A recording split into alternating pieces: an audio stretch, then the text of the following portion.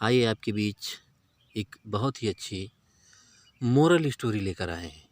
तो इस स्टोरी का शीर्षक है जुगाड़ू बहू। तो चलिए दोस्तों, हम जुगाड़ू बहू की कहानी को चालू करते हैं। एक छोटे से गांव में रमा नाम की एक चतुर और मेहनती बहू रहती थी। रमा की शादी अभी कुछ ही महीने पहले हुई थी, लेकिन पूरे घर में उसकी बुद्धिमत्ता और जुगाड़ की बातें मशहूर थीं।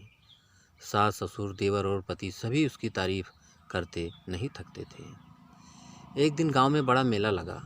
रमा के ससुर जी ने कहा, बहू, घर का सारा सामान ध्यान से संभाल कर रखना, क्योंकि हम सब मेले जा रहे हैं। रमा ने मुस्कुराते हुए कहा, आप बेफिक्र होकर जाइए, सब संभाल लूँगी। मेले में सारा परिवार व्यस्त था कि तभी गांव में अचानक बारिश शुरू हो गई। रमा ने देखा कि आंगन में सूख रहे गेहूं के बोरे भीगने लगे।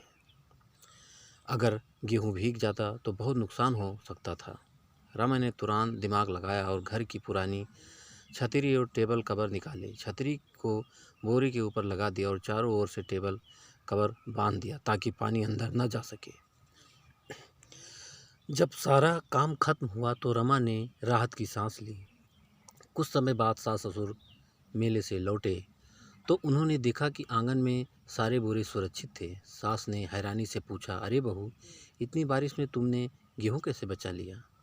रमा ने हंसते हुए कहा, थोड़ा जुगाड़ कर लिया अम्मा जी, पुरानी छतरी टेबल कवर बड़े काम आ गए। ससुर जी ने गर्व से कहा, हमारी बहू सच में जुगाड़ू है। बिना घबराए जो मुश्किल को हल कर देती है वही असली बहू है। उस दिन से गांव में रमा को सब जुगाड़ू बहू कहने लगे। उसकी बुद्धिमत्ता और सूझबूझ की मिसाल हर कोई देता था। जुगाड़ी बहू की चतुराई के किस्से गांव में फैल गए। लोग उसकी तारीफ करते नहीं थकते थे। एक दिन गांव में बिजली का तार टूट गया और पूरे गांव की बत्ती गुल हो गई। रात का अंधेरा गहराने लगा तो लोगों ने बेचैनी फैल गई। सास ने कहा, बहू, पता नहीं ये बिजली कब आएगी, रात का खाना भी नहीं बन पाया। रमा ने मुस्कुराते हुए कहा, अम्मा जी चिंता मत करिए, मैं कुछ जुगाड़ करती हूँ। रमा तुरंत गोदाम में गई और वहाँ से पुरानी मिट्टी के दिए निकाल लाई। उसने दिए में सरसों का तेल डाला और बत्ती बनाकर सारे घर में रोशनी फैला दी। इसके साथ ही उसने चूल्हा जलाया और झटपट खाना बनाना शुरू कर दिया। थोड़ी ही देर में पूरा घर रोशनी से जगमगाने लगा और खाने की खुशबू से महकने लगा। पड़ोसी यह देखकर हैरान रह गए।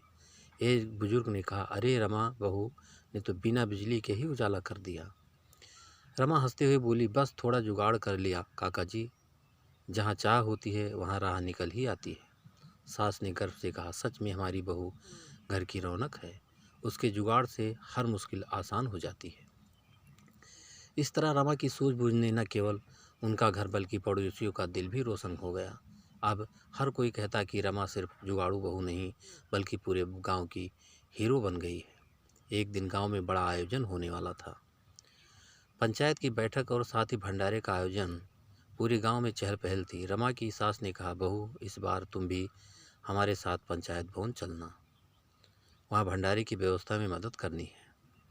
रमा ने मुस्कुराकर हामी भर दी। वह जानती थी कि इतने बड़े आयोजन में छोटी छोटी दिक्कतें आ सकती है। जैसे ही भंडारा शुरू हुआ, लोग खाने के लिए लंबी कतार में लग गए। खाना बांटने वाले व्यस्त हो गए, लेकिन अचानक सब्जी खत्म हो गई।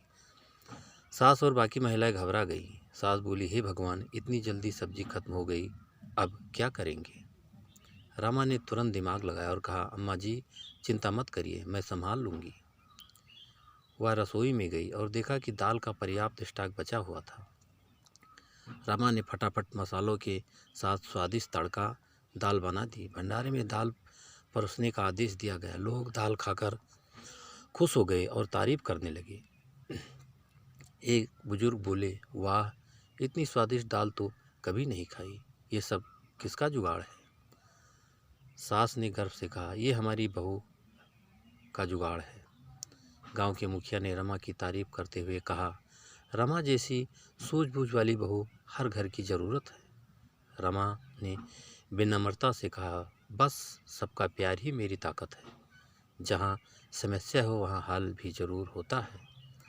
उस दिन के बाद रमा को लोग सिर्फ जुगाड़ू बहू नहीं बल्कि गांव की संकट मोचक के नाम से पुकारने लगे। उसकी सूझबूझ और मेहनत हर किसी के लिए प्रेरणा बन गई।